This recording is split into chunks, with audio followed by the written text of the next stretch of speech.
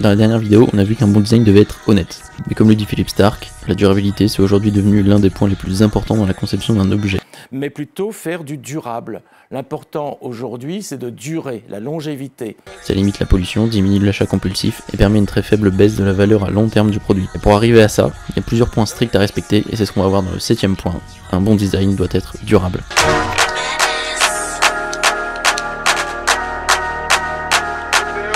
Les Français n'ont pas de culture design.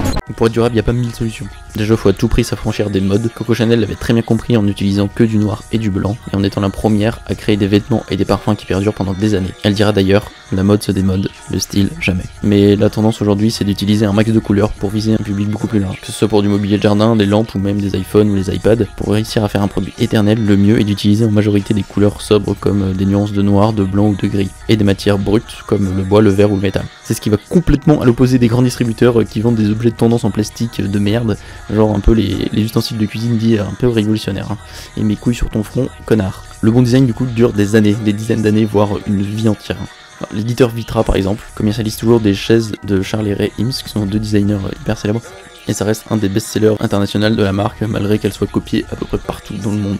Pour illustrer un design durable, il y a des centaines d'exemples. On pourrait parler des briques et Zippo, qui ont traversé les âges, les clés à molette, qui est certainement l'outil le plus immortel et le plus intemporel de tous les temps, ou même le stylo Bic Cristal qui a réussi un coup de maître en termes de design industriel. Mais je vais vous parler de aucun de tout ça. J'ai récemment découvert une société qui a fait un truc hyper stylé. Une société allemande, ça s'appelle Infento, et ils fabriquent des jouets pour se déplacer, pour les gosses. Donc c'est un peu particulier parce qu'en gros ils fabriquent des profilés alu. Alors dit comme ça pue du cul, mais en vrai ça défonce, car de ça, ils en font ça, ça, ou ça.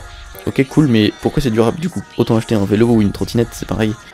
Ben non, Infento c'est modulable, adaptable et sans personnalité affichée. Les couleurs sont hyper sobres. Là où en allant à Decathlon Intersport, vous auriez acheté une trottinette, puis l'année d'après un vélo, puis 2 ans après un vélo car l'autre était trop petit, ou la couleur est passée, ou alors il est cassé, machin, ou les motifs sont devenus ringards, et ça y est, au bout de 5 ans votre garage s'est transformé en brocante.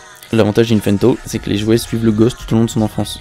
Du coup, le gamin peut se créer le lundi une trottinette, le mardi il peut se créer un vélo avec, et le mercredi il se crée un autre truc. Et seulement avec un certain nombre de profilés qui sont prédéfinis, qui sont dans le pack, on peut tout faire, tous les outils pour se déplacer. Donc c'est un gain de place, un gain d'argent, et un super moyen de développement intellectuel pour l'enfant aussi, car il construit ses propres objets et comprend les mécanismes de ce qu'il construit. Donc il fait de ses propres mains. Si ça vous intéresse, je vous mets le lien en description. C'est absolument pas sponsor, de toute façon j'ai 30 abonnés, donc ça risque pas. Un design peut être durable si les détails du produit ne sont pas assez précis et sont pas optimisés au centimètre voire au millimètre, il ne sera pas à son plein potentiel, et c'est là que le 8ème point intervient. Selon Dieter Rams, un bon design doit être précis jusque dans les moindres détails.